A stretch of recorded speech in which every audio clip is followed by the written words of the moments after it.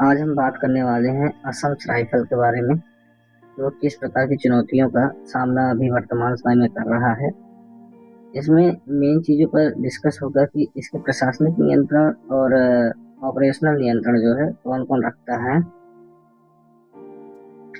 अगर हम प्रशासनिक नियंत्रण के बारे में बात करें तो गृह मंत्रालय इसको नियंत्रित करता है। वहीं परिचालन नियंत्रण के बारे में बात करें तो इसको रक्षा मंत्रालय करता है, जो दोहरे नियंत्रण की संरचना को प्रभावित कैसे एक दूसरे को कर रहे हैं इस बारे में बात करेंगे।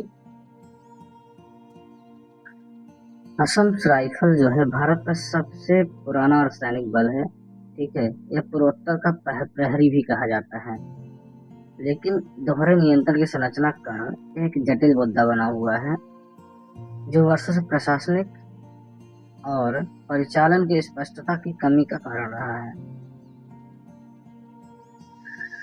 दोहरे नियंत्रण संरचना का विश्लेषण हम कैसे करते हैं।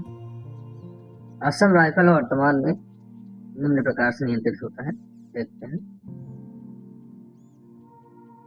प्रशासनिक नियंत्रण यह गृह मंत्रालय के अधीन आता है और इसमें गृह मंत्रालय जो वेतन, बुनियादी ढांचा, उपकरण खरीद और कुछ प्रमुख नीतियों से संबंधित प्रशासनिक पहलुओं को संभालता है।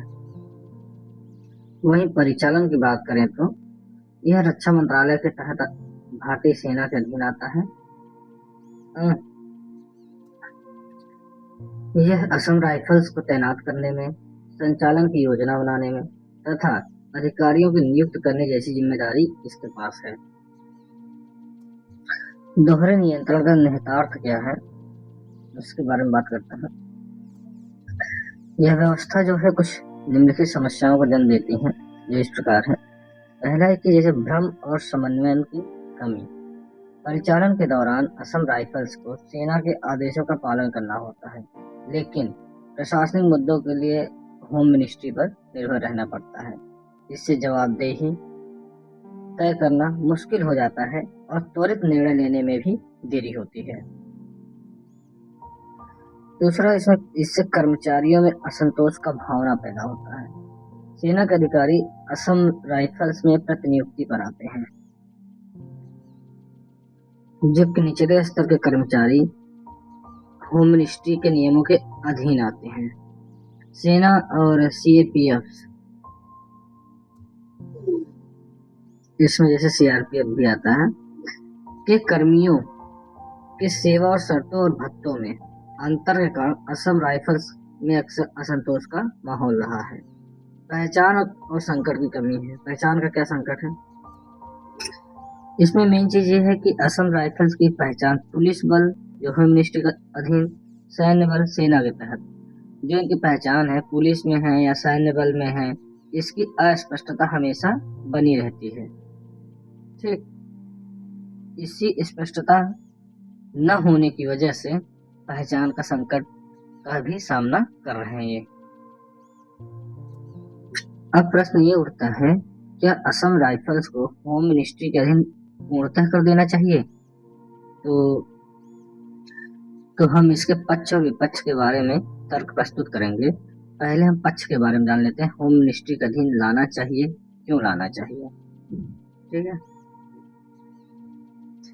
इनको केंद्रीय सशस्त्र पुलिस बल के साथ एक रूपता दिखना, मतलब कि जैसे बीएसएफ है, सीआरपीएफ है, आईटीबीपी है, एसएसबी है, ये सब जो है केंद्रीय सशस्त्र पुलिस बल के अधीन, मतलब कि होम मिनिस्ट्री के अधीन आते हैं। जो असम राइफल्स को भी होम मिनिस्ट्री के अधीन तहत लाने से सुरक्षा बलों में एक रूपता आएगी और प्रशासनिक जटिलताएं कम होंगी। नेक्स्ट, सीमा सुरक्षा पर ध्यान। क्योंकि असम राइफल मुख्य रूप से म्यांमार के साथ सीमा सुरक्षा का कार्य करती है, जो एक पुलिसिंग कार्य है।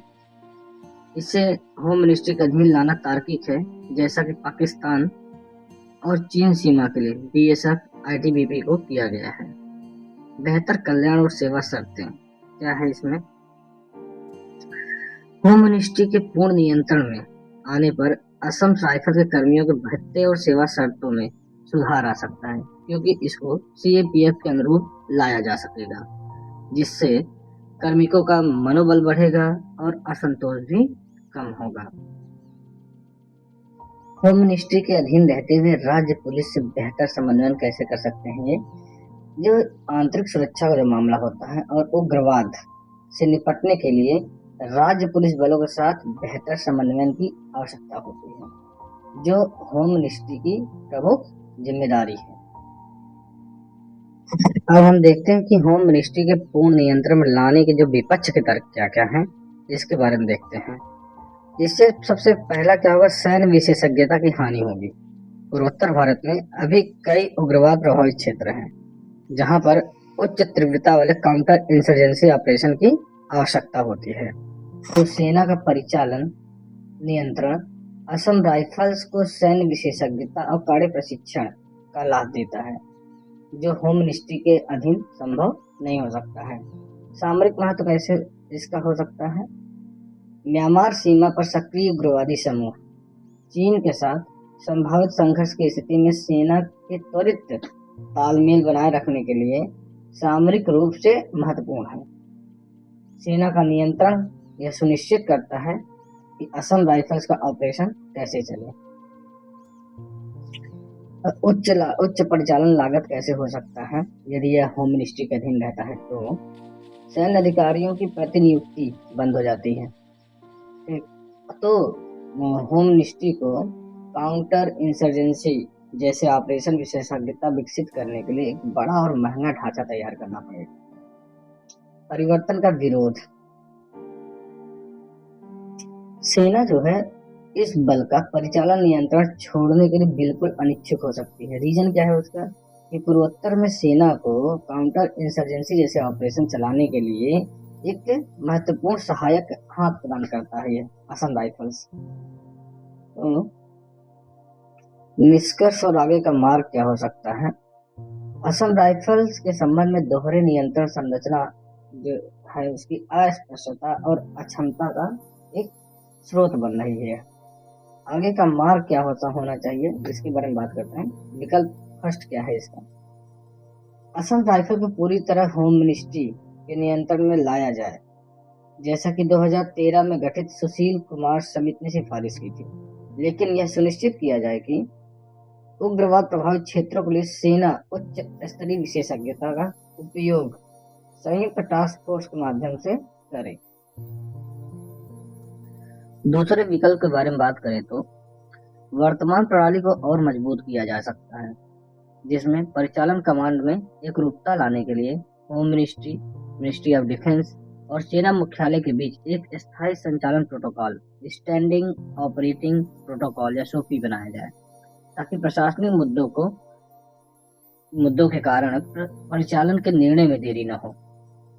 इससे क्या पूर्वोत्तर में शांति बहाली, उग्रवाद की कमी को देखते हुए होम मिनिस्ट्री के पूर्ण नियंत्रण में लाने की आवश्यकता बढ़ती जा रही है, लेकिन संक्रमण ट्रांजिशन के दौरान परिचालन दक्षता बनाए रखने के लिए विशेष ध्यान देने की आवश्यकता है। अच्छा, उपरोक्त दोनों विकल्पों को इस समस्या के समाधान के लिए अपनाया जा सकता है।